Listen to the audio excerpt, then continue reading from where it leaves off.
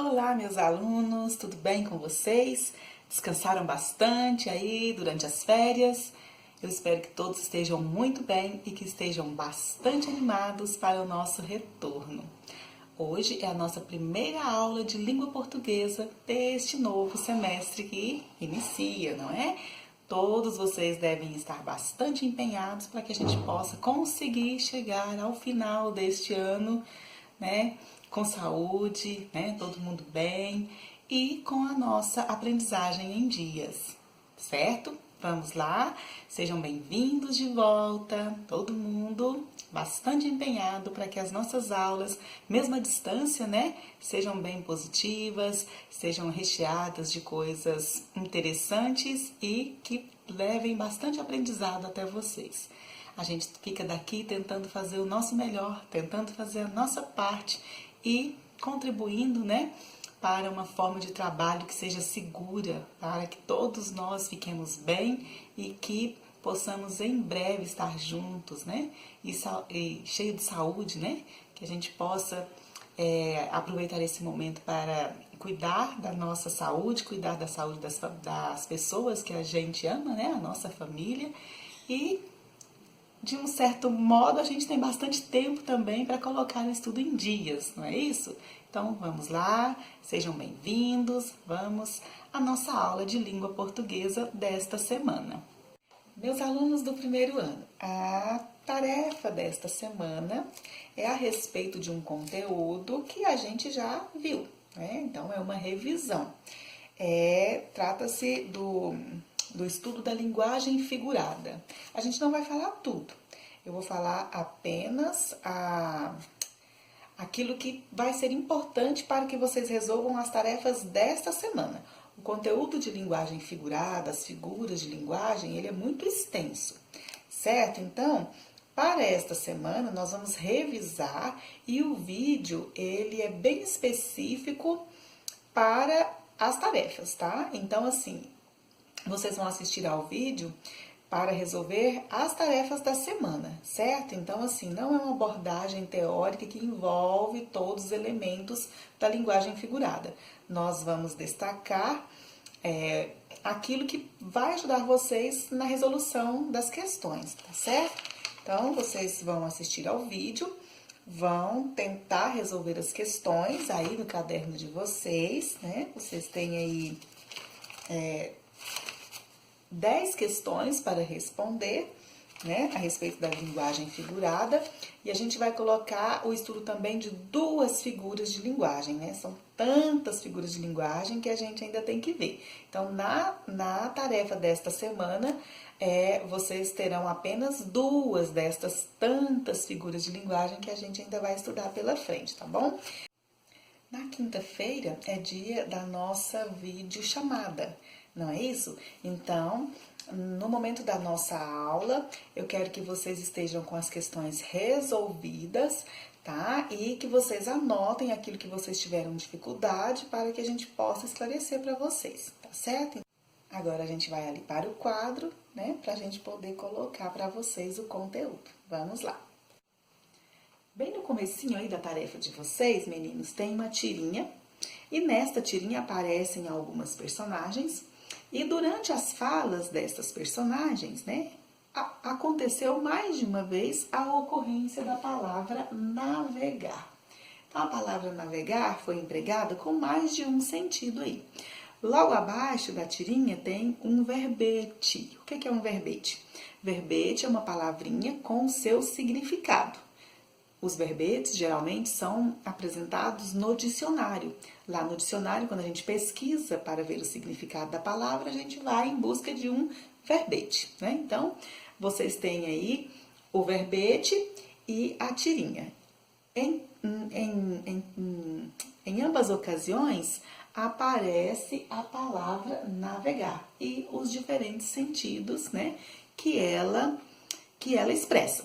Então, eu coloquei aqui para vocês duas frases, né? Coloquei duas frases, não são iguais às frases que estão lá na tarefa de vocês, mas eu coloquei aqui só para a gente fazer uma simulação, para que vocês percebam sobre o que nós vamos tratar, para compreender aí o que vem a ser a linguagem figurada. Então, veja bem nessa primeira frase aqui. O navio navegou tranquilamente. Então, vamos observar aqui o sentido da palavra navegar, né? O navio navegou tranquilamente. E na segunda frase, crianças não devem navegar em sites para adultos. Então, aqui novamente a palavra navegar. Nem precisa explicar, né? Nem precisa explicar tanta coisa que vocês percebem de imediato que a palavra navegar aqui, né? O verbo navegar, navegou aqui e navegar aqui. Então, esse verbo, essa palavra, ela assume significados diferentes, dependendo da ocasião em que ela foi empregada, dependendo do contexto em que ela foi empregada. Então, isso nos leva a entender que na nossa língua, assim como nas línguas em geral, as palavras, elas têm mais de um significado dependendo do contexto em que são empregadas. A esse fenômeno linguístico, a gente atribui o nome polissemia, poli de vários, né? E semia de semelhança, de significado. Então, uma palavra semelhante, né, como é aqui, navegou, navegar, o verbo navegar, pode ter, então, mais de um significado. E isso é a polissemia, né? A isso a gente atribui o nome polissemia. Então, polissemia são os diferentes sentidos, né? Os diferentes sentidos que são possíveis se atribuir às palavras. Então, como as palavras podem assumir sentidos diferenciados, a gente então passa a entender que essas palavras vão assumir o sentido desejado pelo seu locutor. Então, quem vai decidir qual sentido que vai ser atribuído àquela palavra é o locutor, né? Ou seja, é aquele que fala ou aquele que escreve. Faz parte da natureza da linguagem ser polissêmica, isto é, produzir sentidos novos, né? Então, a linguagem é assim, dependendo do contexto em que cada palavra é empregada, ela assume um sentido específico para aquele contexto. Então, nós temos aqui, ó, vamos observar o sentido objetivo e o sentido subjetivo da palavra. O sentido objetivo a gente chama também de referencial, literal ou denotativo. Vocês já ouviram falar dessa palavra, sentido denotativo.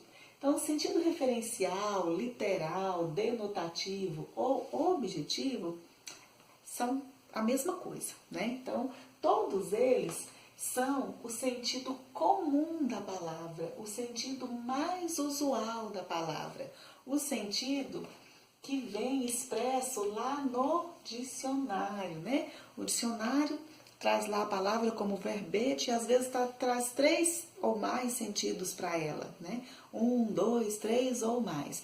Então, o primeiro sentido é o usual, é o mais comum. Então, o sentido que a gente diz referencial, literal, denotativo, é o sentido mais comum da palavra, é aquele que vem em primeiro lugar lá no dicionário. O sentido subjetivo é um sentido novo, é um sentido atribuído por um caso específico, né? Por uma razão específica. Então, o sentido subjetivo é também chamado de sentido figurado, de sentido conotativo, né? Então, esse sentido figurado, conotativo, é um sentido inventado, ou seja, inventado não, mas um sentido criativo, né? Um sentido criado para determinada situação. Então, ele é criado, claro que não é do nada, né? Ele é criado em razão de alguma relação de semelhança, né? Alguma coisa está semelhante. Por isso, esse sentido, né? Esse sentido novo, né? Mas existe uma relação de semelhança entre as palavras, né? Entre os significados, na hora que é estabelecida essa nova situação de uso, né? De emprego da palavra. Então, olha, em resumo, O sentido denotativo, olha aqui a letrinha D, eu sempre faço isso aqui só para ajudar a memorizar, né? Isso aqui não é uma regra, é uma dica para memorização, para mentalizar, né? Para mentalizar aí a diferença entre denotativo e conotativo. Então, denotativo, olha, tem a letrinha D do dicionário. Então, quando a palavra está no sentido denotativo, é porque ela está no seu sentido mais comum, aquele que geralmente o dicionário apresenta. Quando a palavra está no sentido conotativo, olha a letrinha C aqui, C de criativo, né? C de criativo. Então, quando a palavra está no sentido conotativo, é porque ela está no sentido novo, né? No sentido que alguém atribuiu devido a um determinado contexto. Então, é um sentido criativo, mais expressivo, né? Por isso que a gente fala que é subjetivo, porque vai depender da visão da pessoa que atribuiu aquela palavra. Então, é um sentido voltado para a escolha do eu, né? Então, eu posso, por exemplo, atribuir um sentido novo à palavra estrela, no sentido que eu resolvi atribuir a ela. Claro que eu não posso fazer isso de qualquer jeito, eu preciso buscar uma relação de semelhança entre a estrela, né, que realmente existe, a estrela do sentido denotativo, e o sentido da estrela que eu estou empregando, né, na situação em que eu escolhi. Então, não pode ser feito assim do nada, você precisa conseguir estabelecer essa relação de semelhança entre esse emprego da palavra. E é com base, né, no emprego criativo, né, no emprego criativo, no emprego expressivo das palavras, nesse sentido novo que se atribui às palavras, é que se adentra ao estudo da linguagem figurada. Porque linguagem figurada é essa linguagem nova, expressiva, inovada, né, e criada a partir de uma relação de semelhança, de uma relação de afinidade ali de sentido, né? De proximidade de sentido e um sentido novo. Então, é a partir dessa possibilidade de inovação, né? Dessa existência de sentido polissêmico que a gente percebe nas palavras, essa possibilidade, né, de criar uma situação nova para essa palavra, que a gente então adentra aí ao estudo das figuras de linguagem. São várias figuras de linguagem, sabe, gente? A gente tem muitas mesmo. Então, hoje, na aula de hoje, a gente vai ver apenas 2 figuras de linguagem dentre as tantas que virão por aí, tá? Mas para fazer a tarefa dessa semana, a gente colocou apenas 2. Nós vamos falar sobre elas. E para começar, né, o estudo das figuras de linguagem, então nós temos aqui 2 delas, né? A comparação e a metáfora. A comparação é tranquila, porque é possível perceber que é uma comparação simples mesmo, né? Consiste em comparar um termo ao outro devido a uma grande relação de semelhança. E a gente percebe que a comparação está aí porque tem a palavrinha comparativa, né? Então, a comparação, a gente está muito habituada com ela, porque no nosso dia a dia usamos o tempo todo. Então, olha, vão aparecer as palavrinhas comparativas, né? Como, igual a, tal qual, feito, que nem, né? A gente usa muito essa expressão, que nem, né? Você é que nem ao seu irmão, né? Então, isso é uma comparação. Pra gente isso nem é tão difícil perceber porque a gente utiliza muito, né? É tão comum que nem parece fazer parte do contexto da linguagem figurada, não é isso? E tem a metáfora. Eu coloco sempre o estudo das 2 figuras de linguagem juntas, porque elas são muito parecidas, assim, né? Nas duas ocasiões existe uma comparação. É a forma de comparar que é um pouco diferente. Olha esse exemplo aqui de comparação. A felicidade é como a gota de orvalho. Então, na comparação, sempre vai aparecer a palavrinha comparativa. Então, simplesmente comparação. A metáfora é uma comparação, só que não vai aparecer, olha, é uma comparação implícita. Por quê? Porque não vai aparecer, olha, sem a palavra comparativa, não vai aparecer a palavrinha comparativa. Então, é uma comparação porque existe uma semelhança entre os termos que estão sendo comparados. Então, algo, né?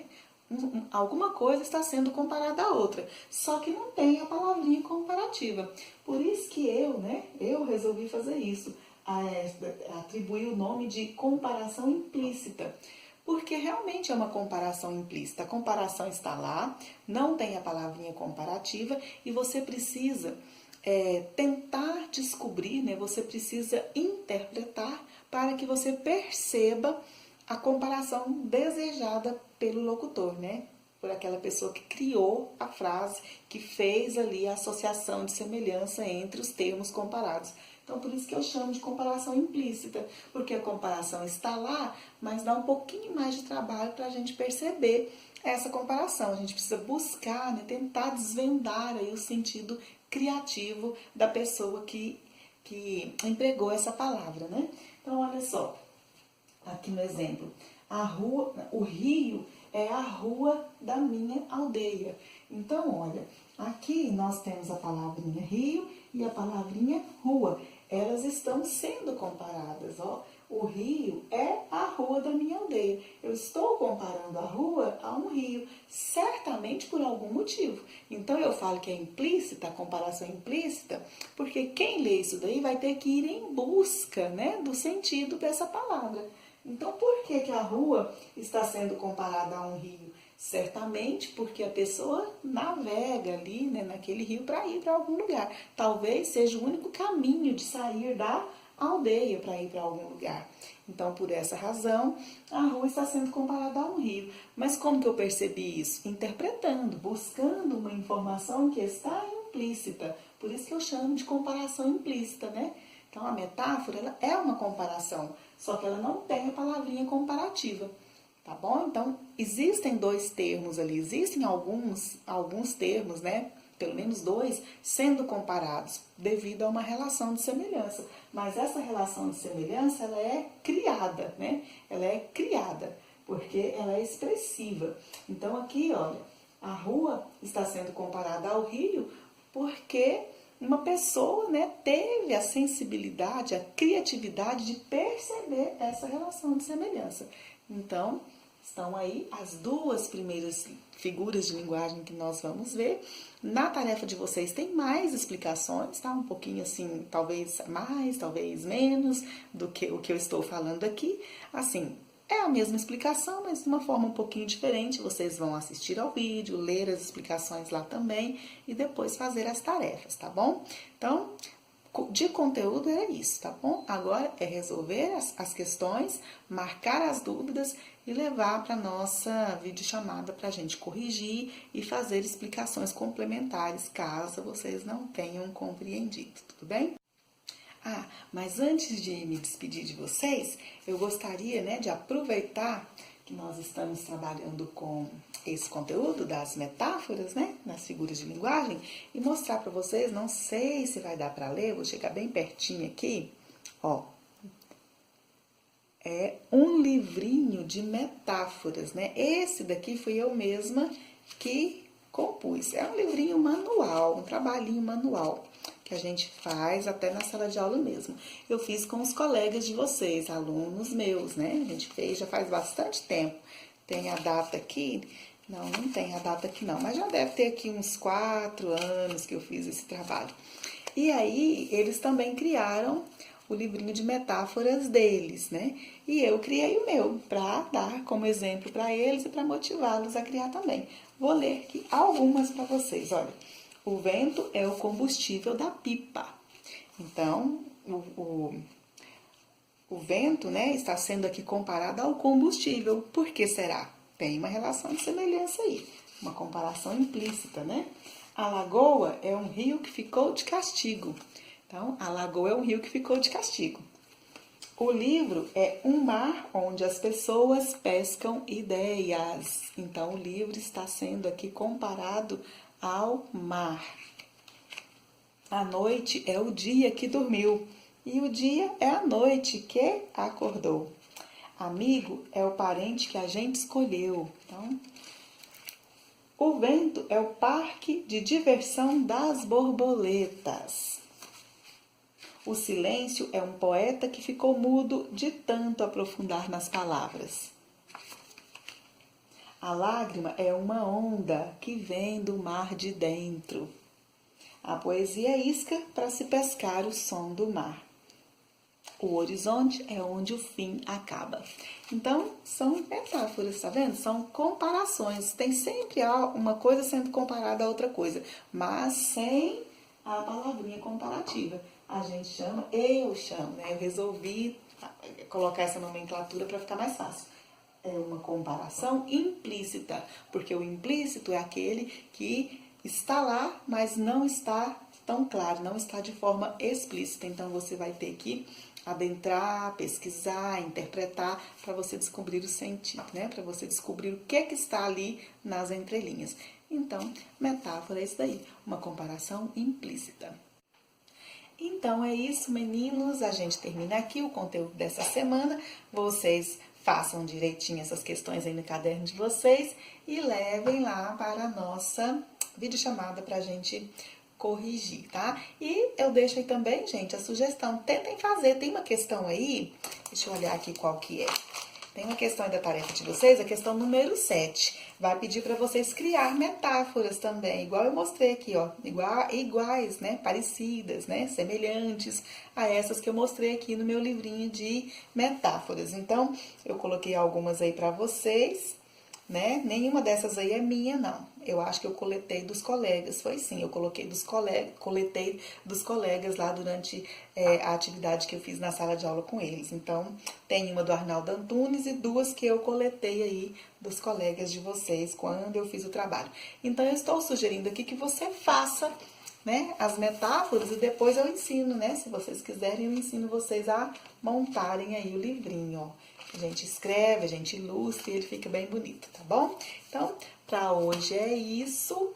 Vocês vão resolver as tarefas direitinho e a gente estará juntos lá na quinta-feira na nossa aula na videochamada, tá bom? Tchau, tchau, beijos, até lá, fiquem com Deus.